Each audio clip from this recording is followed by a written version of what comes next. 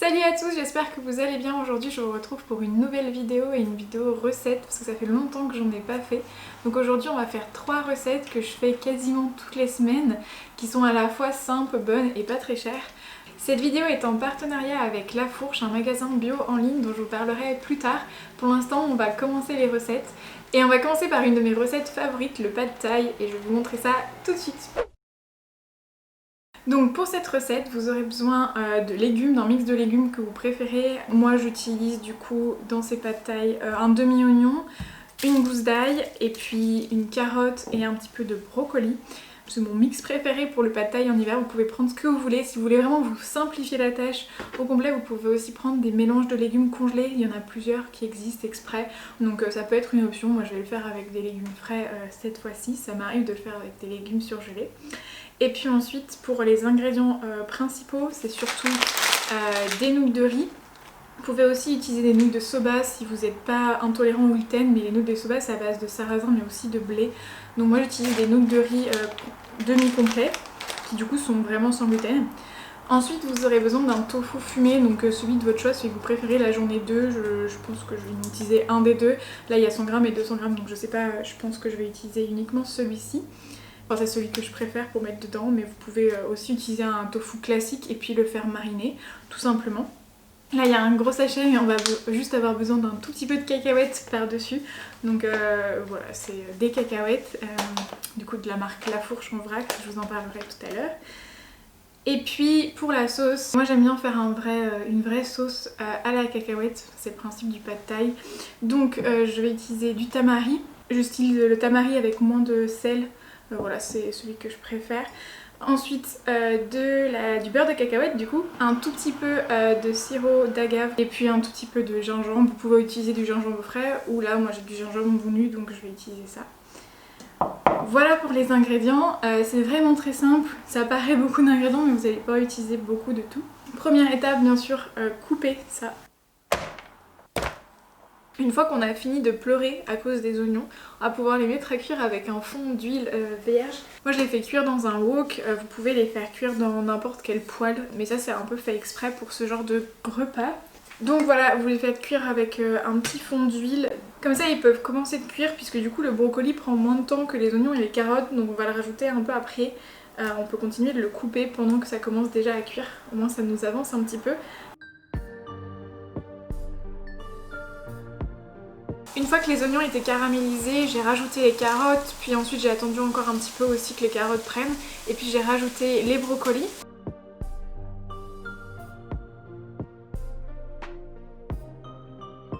Il faut bien surveiller les légumes parce que ça peut vite griller, mais en attendant on va aussi lancer les pâtes du coup à cuire, et puis on va faire la sauce. Pour les pâtes, du coup je mets la moitié du paquet, environ 200 g. Moi ça me fait vraiment pas mal de repas, c'est des grosses portions, on va dire 2 très grosses portions si vous avez vraiment très faim, plutôt 3 portions, genre 3-4 portions même.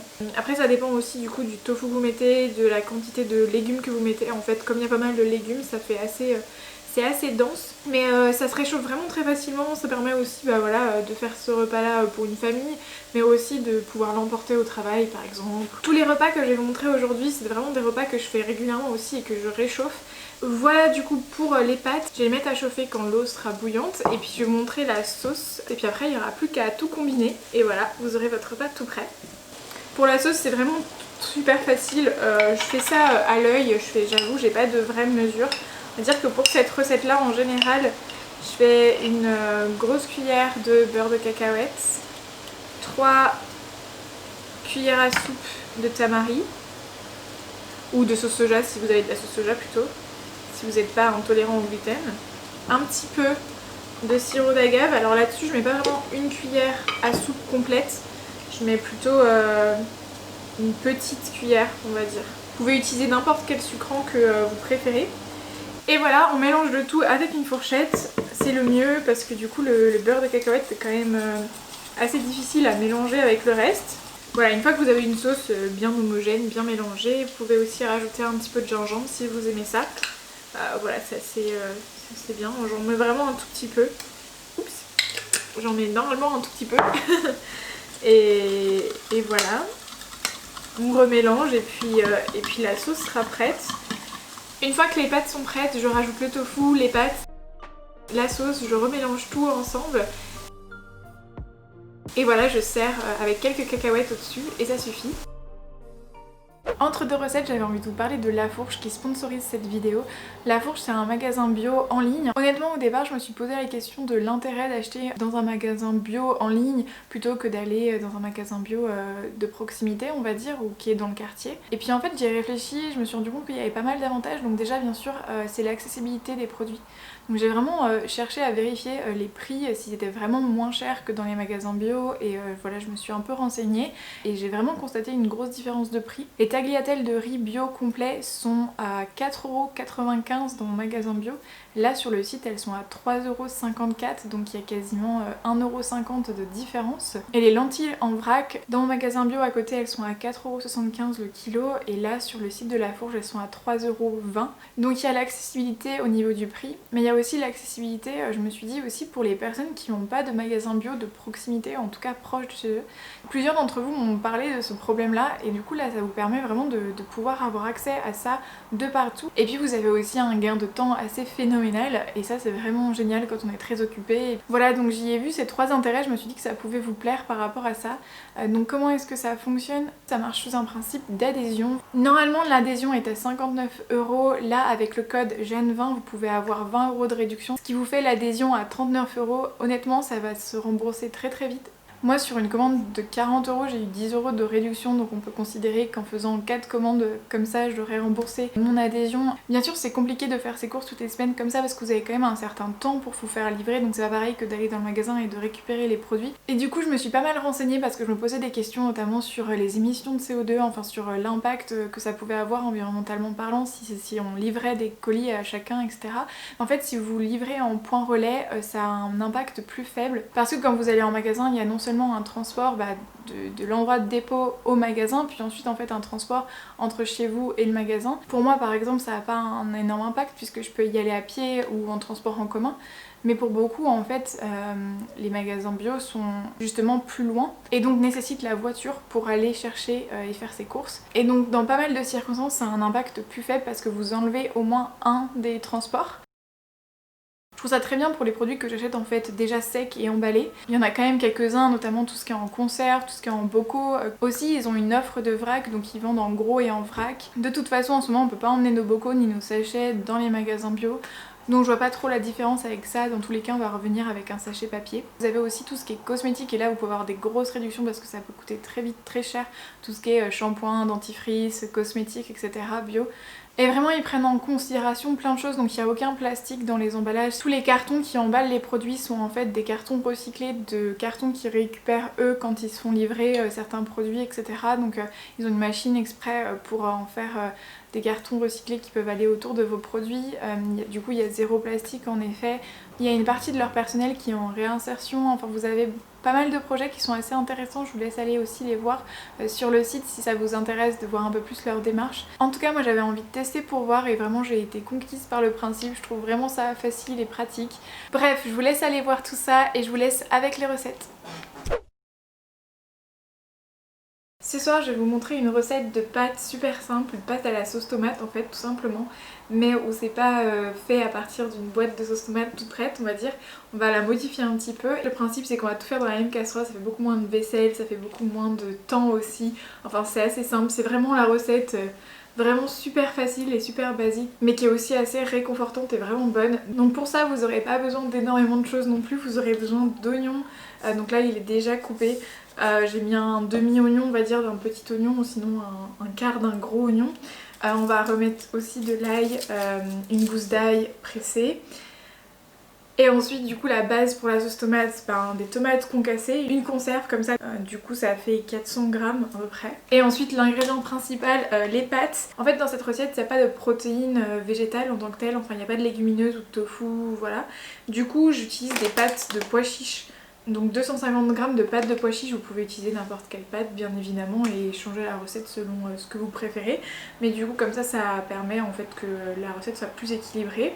On va utiliser 250 ml de lait aussi Et puis après les ingrédients qui sont un peu en plus selon ce que vous avez envie de manger, vous pouvez rajouter des légumes dedans. Moi je vais rajouter des tomates séchées parce que j'aime vraiment beaucoup ça, et puis des herbes de Provence pour ajuster le goût avec du sel, voilà. Le process va être super simple, on va prendre une grande casserole, on va y mettre aussi un fond d'huile pour en fait cuire les oignons qu'on va rajouter à la casserole. Juste on va faire ça pendant quelques minutes jusqu'à ce qu'ils soient un petit peu cuits. Et après on rajoutera en fait tout simplement tous les ingrédients petit à petit et voilà, ce sera prêt.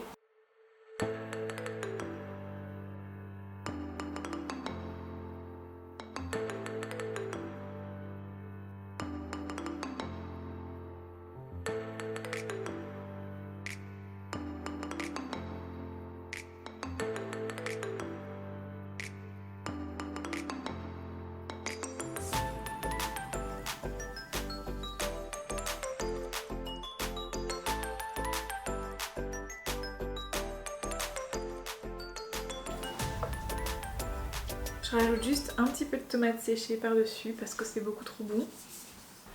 Et voilà, c'est prêt. C'est vraiment la recette la plus facile du monde, il faut juste faire attention quand c'est dans la casserole de bien remuer de temps en temps parce que ça peut coller au fond en fait et griller. Donc n'hésitez pas à bien remuer et à mettre à feu doux. Super dîner, super facile à faire, familial, délicieux et puis vegan et sans gluten, donc voilà. Moi je vais profiter de ce repas pour ce soir et je vous retrouverai demain pour une nouvelle recette. On se retrouve pour la dernière recette, le dalle de lentilles. C'est vraiment une recette d'hiver hyper réconfortante je trouve. Vous pouvez la twister de plein de manières différentes, surtout au niveau des épices et au niveau des légumes que vous mettez dedans. Je vais avoir des oignons, des carottes, j'ai aussi un peu de courge et ce que j'adore faire c'est d'habitude c'est de mettre des épinards.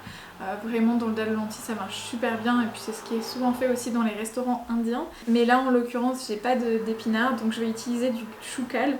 Et comme vous voyez il a un peu une tête un peu passée donc justement c'est l'endroit parfait pour le mettre dedans. Et c'est pareil, vous pouvez mettre en fait tous vos légumes qui commencent un petit peu à être sur leur fin. Voilà pour les légumes. Ensuite les ingrédients principaux nécessairement ce sera des lentilles corail. Donc ici les lentilles corail de La Fourche achetées en vrac. On va en utiliser 150 grammes je pense. Ensuite une conserve de lait de coco et une conserve de tomates concassées ou de tomates de manière générale. Vous pouvez choisir un petit peu celle que vous voulez. Du coulis de tomates ou alors vraiment des tomates pelées. Enfin voilà, c'est à votre préférence. Et puis ensuite vous avez les épices. Donc ça c'est fondamental, c'est hyper important. Donc dans le dalle de lentilles, moi je mets du curry, un petit peu de curcuma aussi, et puis un peu de chili ou de paprika selon ce que vous avez. Et puis je mets un petit peu de gingembre. Alors si vous avez du gingembre frais c'est encore mieux, j'en ai pas en ce moment donc je vais utiliser du gingembre en poudre. Le process va être super simple donc je vais pas avoir grand chose à vous dire, ça va vraiment être juste de faire revenir les légumes, puis ensuite de rajouter les épices et de tout mettre dans la casserole et de laisser mijoter à feu doux pendant un petit moment. Vraiment cette recette elle est super bien parce qu'elle est réconfortante pour l'hiver et elle est chaude. Moi qui suis pas super fan des soupes, ça m'apporte un petit peu ce côté réconfort des soupes. Voilà, c'est parti pour la recette. Donc première étape, faire chauffer les légumes. Donc on verse un petit peu d'huile, on met à chauffer à feu doux et puis on verse les oignons, les carottes et la courge. On va laisser ça revenir quelques minutes.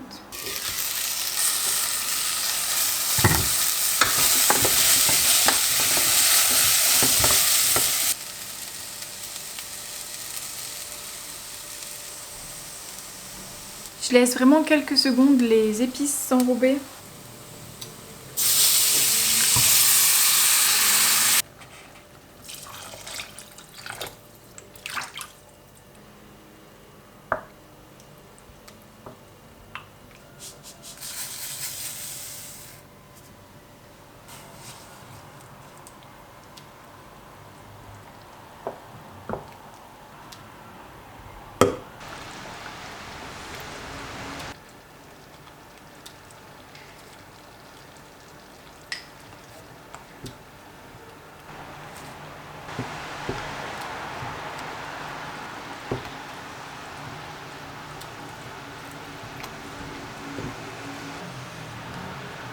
Et voilà, la recette est finie, il n'y a plus qu'à servir avec du riz.